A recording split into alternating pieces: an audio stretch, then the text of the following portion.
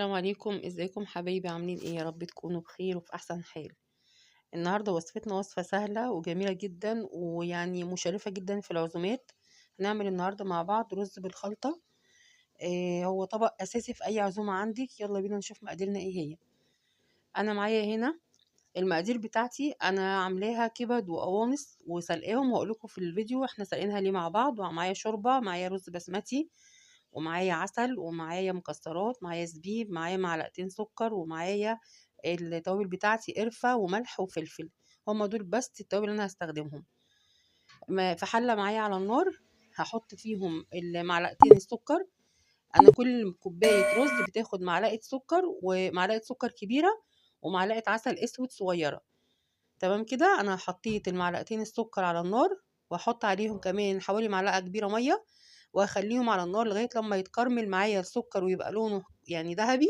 انا مش عايزاه يبقى لونه بني علشان ما يبقاش طعمه ممرر معايا في الرز. فهخلي بس اللون بتاعه ذهبي. وانا دايما وانا بعمل الكراميل احاول ان انا ما اقلبش في الكراميل بمعلقه علشان ما يكلكعش معايا. بس يعني احرك الحله بس كده عشان تاخد اللون بتاعي من كل ناحيه، زي ما انت مش شايفه كده قدامي. هنا الكراميل بتاعي خلاص اخد اللون اللي انا عايزاه. انا قلت زي ما قلت اللون ذهبي، مش عايزاه يبقى بني. نزلت بالشوربه بتاعتي اللي عليه. الشوربة بتاعتي يعني باحط عليها، يعني لو الشوربة بتاعتك دسمة مش محتاجة ان انت تحطي عليها مواد دهنية، هتحطي بس مثلا معلقتين زيت. انما لو هي شوية خفيفة هتحطي معاهم حتة زبدة مع معلقتين زيت، عشان يبقى الرز بتاعك يبقى يعني طعمه حلو، وفي نفس الوقت مفلفل من بعضه. نزلت زي ما قلت بمعلقة العسل الاسود اللي معايا. انا حاطه دول كوبايتين رز، فاحط عليهم معلقة عسل اسود كبيرة. وكمان نزلت بالتوابل بتاعتي اللي هي عبارة عن فلفل وقرفة وملح. حطيت كمان معلقتين زيت، وهنزل بمكعب زبدة. انا مش هحط الملح غير لما ادوق الاول الشوربة بتاعتي، لان الشوربة دي طبعا انا كنت مظبطاها فهي فيها ملح، فهدوق بعد ما اخلص الحاجة. اظبط الملح بتاعها واشوفها طعمها بقى عامل ازاي. يبقى انا بعد الحاجة السكر ما تكرمل، نزلت بالشوربة، حطيت عليها العسل الأسود زي ما قلت معلقة كبيرة على كل كوباية رز، معلقة صغيرة. دول كوبايتين رز، فأنا حاطة معلقة كبيرة عسل. ونزلت عليهم بفلفل أسود وقرفة، وكمان معلقتين زيت ومكعب زبدة علشان الشوربة بتاعتي تبقى طعمها حلو طبعا، واظبط الملح بتاعها واشوفها كده طعمها بقى ايه. خلاص يعني ظبطت الملح بتاعها، خلاص هنزل بالرز بتاعي. الرز ده بسمتي، انا غسلاه ومصفياه، وهاتعامل بقى معاه كأنه رز عادي. انا معايا زبيب كان في المقادير اللي انا كنت حطاها. انا معايا زبيب، الزبيب ده انا هحطه على وش الحله بتاعه الرز بعد ما بيتشرب شويه. هنزل بالزبيب دلوقتي كده على وش الحله، وهسيبه بقى يستوي عادي جدا. هوطي عليه النار وهسيبه يستوي عادي جدا، وما يعني كأنه رز عادي كده. انا هحط عليه الزبيب وهسيبه بقى ايه يتشرب عادي، وهوطي عليه النار وهتعامل معاه كأنه زي رز عادي. تمام كده. نزلت بالزبيب زي ما قلت اهو. انا مستخدمه كده كده زبيب مع المكسرات بتاعتي. المكسرات بتاعتك زي ما تحبي بقى، انت عايزه تحطي لوز، تحطي سوداني، اي نوع مكسرات انت عايزاه. تحطي زبيب.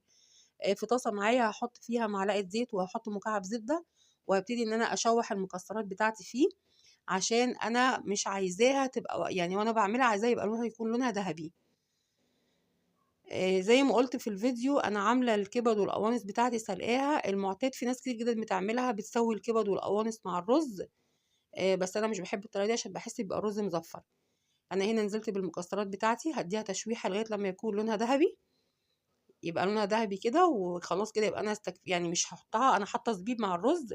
وهنا حاطه جزء صغير بس زبيب. ما تخافيش من العسل والسكر والزبيب، ما تقوليش الرز يبقى طعمه مسكر ولا حاجه.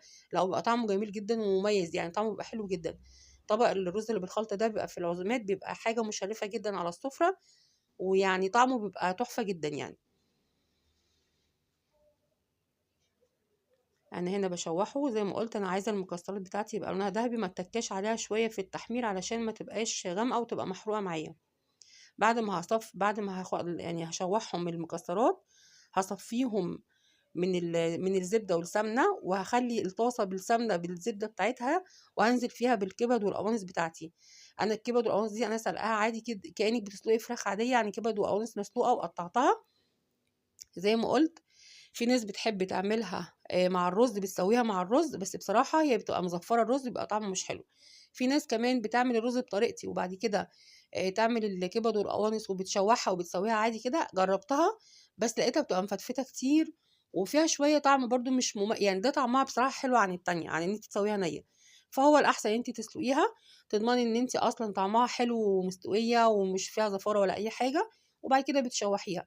طبعا وانا بسلقها حاطه عليها ملح وفلفل وحاطه التوابل بتاعتي عادي، بس زودت عليها هنا نص معلقه قرفه، عشان زي ما قلت الطبق ده بيبقى اساسي فيه القرفه. وانا بقلبها حسيت ان هي زي ما يكون ما فيش ماده دهنيه فيها كويسه، فنزلت بحته زبده كده هشوحها فيها كده كويس، وبعد كده تبقى كده خلاص هي كده جاهزه معايا على التقديم. يبقى الرز استوى، انا عملته خلاص وخلصت الرز.